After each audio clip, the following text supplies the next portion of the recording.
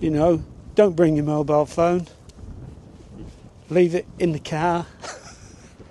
Because once you start talking and he's talking, and here you have a look at this and you have a look at that, and what's happening, all the weeds are all growing.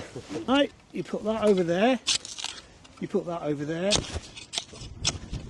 Right, you get something like that, see if you can get the stone out. How long did you have the allotment for, Jeff? About 34 years. Did it bring you much joy? Yeah, it was good fun. We had one over there to start with for about 3 or 4 years, and then we came down onto here and we had that greenhouse and that shed, all them fruit trees in the back, and that's what we did in 34 years. Cool. And what were you telling the students about this grass? Well, all these little bits here, this is couch grass, and if you, doesn't matter whether you leave it on top or bury it, it's coming back. Right, now that's a withered bit, but if you get a, what I call a growing bit, if you look at this, each one of these little furs here, right, under the ground, that goes along forever, and these pop up forever. Right, so what you've got to do is, all these little bits that you see, like that, don't bury them, because they're coming back next month. You've got to pick it, rake it all up, put it in a bag, don't put it on the compost because it'll grow, and chuck it away down the tip. And you were telling them, did you want to point out about some plants that you've got that they could keep? You see, these are red currants. Them there, these, what you've got to do with these, you chop them down to the ground. They come up through the summer months, and in the autumn they'll give you lovely, nice berries. Cool. But the thing is, keeping them under control, because as you can see, these grow underground as well, and then pop up like this, you see, and then the next bit, they'll grow under there and pop up here. And what they'll do is they'll take over an area, but if you walk round it with a spade and chop them and keep them just there, you'll keep them under control. And do you know what these are? Do you know what this is? Rhubarb? Yeah, rhubarb. Now each one of these, look, you see that bulb there? That's bursting out, and that'll come right up here. And you'll have great big leaves as big as a dining table.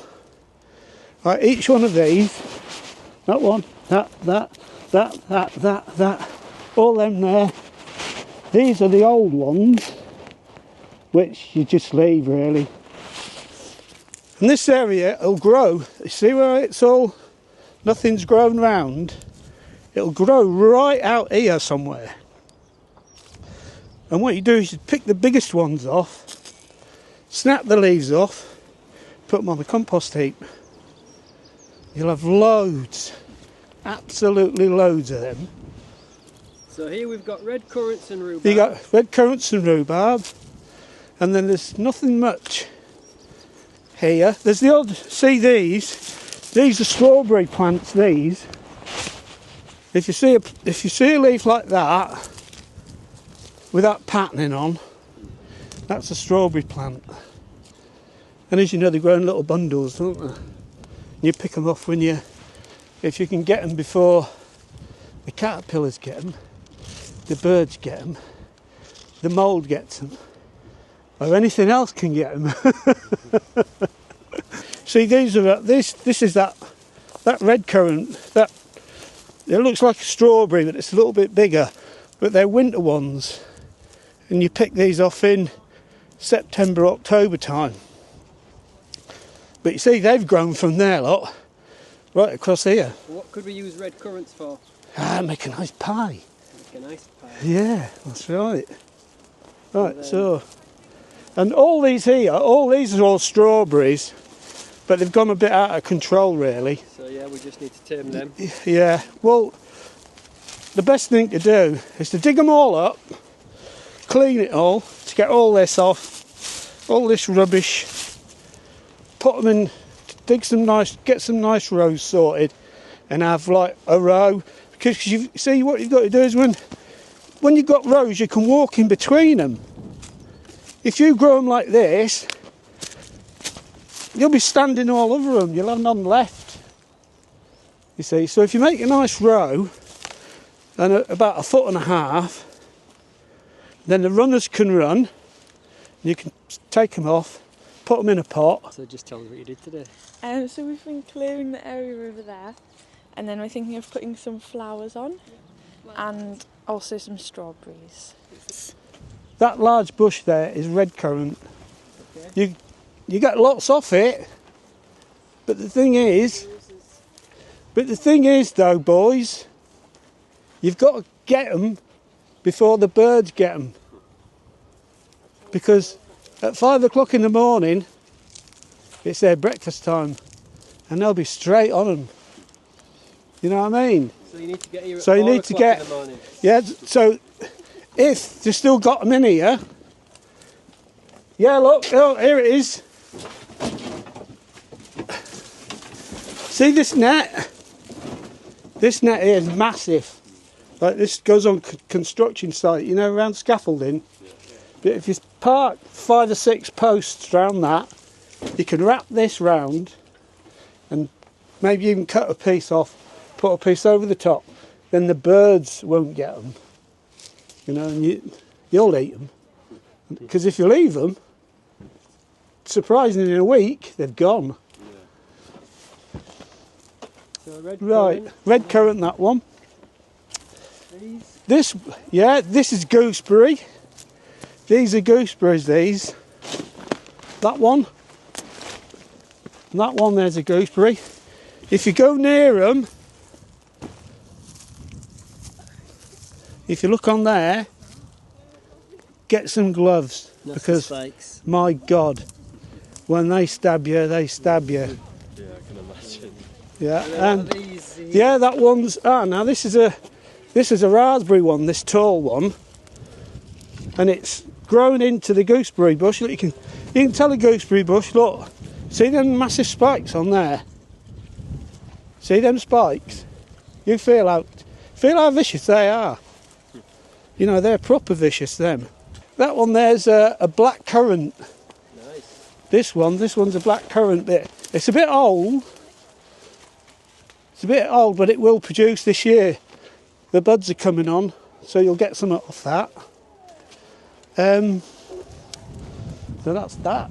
Oh, and over here we have got some more gooseberries. These 3 here, look, with the spikes on. Yeah. Some are red. I think that one over there, that's a red one. You get red gooseberries on that one. Green gooseberries on these. That one, and that one. You see, like this one, if you get some secateurs, and if you like, that's it's getting too big. And what you're doing is you've got a lot of old wood there. So what you want need to do is chop them off, them that are going like this across the floor, and try and get a nice bush up, you know, like this. Yeah. You know, then of course you can put posts round, get the scaffolding screen off there, put it all the way around and protect them. Yeah. Because you'll get loads off that. That's like I say, you got to get them before the birds get them. Yeah. Yeah. Another thing in all is when you come on to this, like I found out, if you get a hoe in your hand and you've cleared it all and you've got all your stuff growing in rows, just move the soil. Just go down in between everything, Right, yeah. and you don't have to dig it over all the time. And what you're doing is when you're just going like this, moving down the rows, you're killing all the little weeds. You think there's nothing there, but there is something there. And what they do is, when it's wet, it encourages them to grow, especially when that is out. They grow like wildfire. So your idea is to just keep going down and going down. It's time consuming, and you've got to want to do it. Because if you stand there and look at it and go home, guaranteed in a week's time, your young plants that you were grown to eat would have vanished. You need boots, you need decent trousers on, gloves, good equipment, forks, spades, a coat. Do these shoes here clarify as good boots? Not really. These do, because I've got a pair of them, and they do. Good boots, guys. Good boots, waterproof. Because if you come up in here, it's raining. Yeah. You haven't got. By the time you've walked from one end to the other, you'll be walking on stilts like 4 inches of mud. Is a silver chain suitable allotment attire? Not really, no. You've got all these bits over everywhere. Instead of turning it all back in, you want two or three of you want a rake each, and then just keep going like this. Look, get it reasonably flat. Look at all these coming out now. Look at all that. All of that is 10 million blades of grass. You can do a lot, but what you've got to do is you've got to keep moving. You can't stand around and talk all morning. Right, see all these bits? Get all these bits up, get them into a nice pile like that. Get your gloves on and pick them up. Put them in a bag. What have you been doing today then, Jasper? So today I've just worked on kind of cutting back this plant, which I've forgotten the name of it, but it was just really kind of blown out and pushed over from all the storms we've had recently. So just pruning it back to make it easily accessible for us and just to help with the growth of it.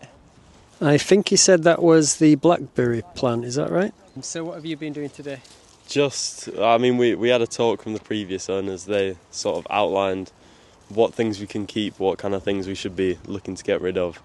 And then just been focusing on raking over this again and getting started on here, so that once we've planted in here, we can just transition straight onto this bit of land. But we've got some strawberries back there which we didn't know about. We've got some different berries around, so yeah, decent information.